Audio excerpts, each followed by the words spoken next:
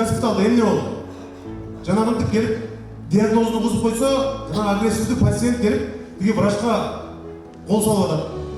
Ошто болсо дагы келип андай болду. Кече болсо жанагы кош бойлуу медсестраны чачынан сүйрөп уруп атат. Мына ушунун бардыгы интернетке чыккан сайын биздин коомчулукта врачтарга кол көтөрсө болот экен деген түшүнүк пайда болуп баратат. Мына ушуга чек коюшубуз керек. Жок, андай болбойт деген сөздү биз сөзсүз айтып, мыйзам менен, кылмыш жаза кодекси менен бекитип беришибиз керек. Өзүнүн жумушун аткарып аткан учурда врачтарга жанагындай кол салууларды биз 2 жылдан 5 жылга чейин эркин ажыратып турган, айып пул сала турган, жанагындай коомдук жумушка тарта турган кылып, азыр өзгөртүп кылмыш жаза кодексине мына ушундай өзгөртүүлөрдү киргизип атабыз. Антпесек болбойт. Айлык аз. Бүгүнкү күндө эң проблемный вопрос медицинада поликлиника болобу, больница болобу, бул блогерлер болуп атат да. Бул блогерлерге бир какая-то мера колдонуп, закон түрүндө болобу. Биринчиден бул блогерлер безответственный адамдар экен, эчтекеге жооп бербейт экен. Адамдарды жаманаттырып, учреждениянын ишин кетирип, акырын кете берет экен дагы. Андан кийин сен күзөсү ак болсоң дагы лечебныйда таныш дегендейчи. Медициналык аппараттардын жетишсиздиги бүгүнкү күндө.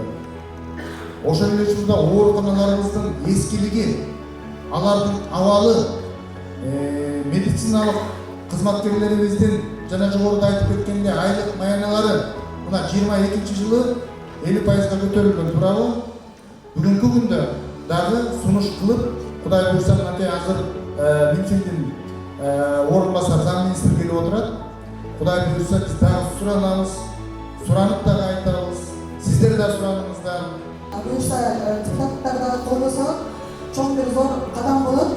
Мен жалаң сиздерге ыраазычылык билдиргим келет. Күнү-түнү ушул иштеп биздин элибиздин ден соолугуна оор шарттарда иштеп атасыздар. Айлык маяналар чынында аз, өзгөчө жаш врачтарга мен кайрылып келем.